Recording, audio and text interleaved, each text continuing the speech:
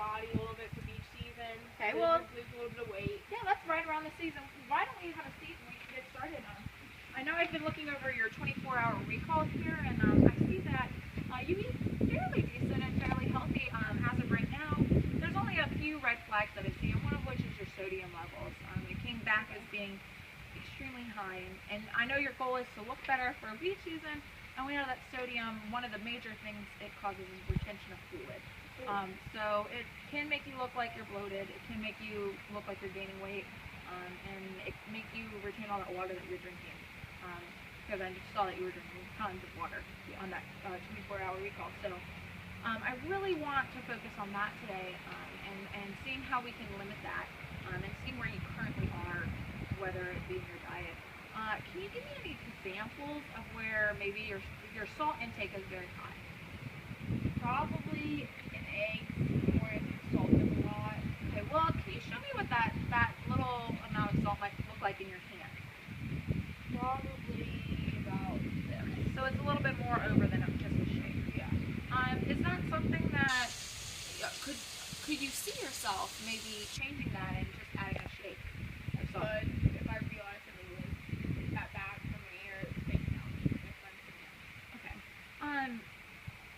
I think that for you that would be one of the major places that we could eliminate, because we don't our daily intake, especially as Americans, we have so much salt in our food as it is already, and so adding more salt to our food, it adds flavor, but we can add healthier flavors into our food. Do you have any suggestions?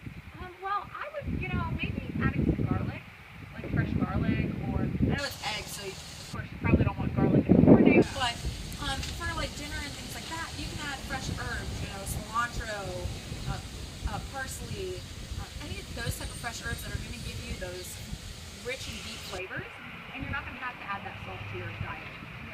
Because, both of them are seasonings, and the herbs, though, are going to give you those natural seasoning to your food.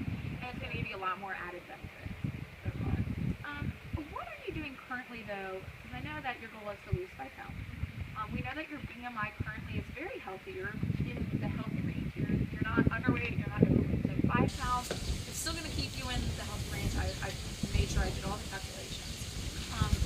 But what are you doing exercise-wise to keep you in that healthy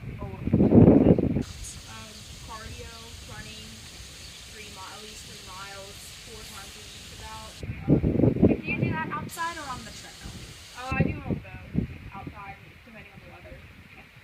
And I'm also doing strength training with cardio intervals in between.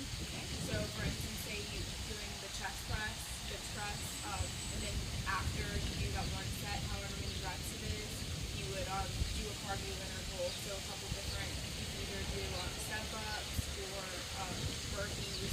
So, and that's for a minute long, right? And then you do another set. Okay.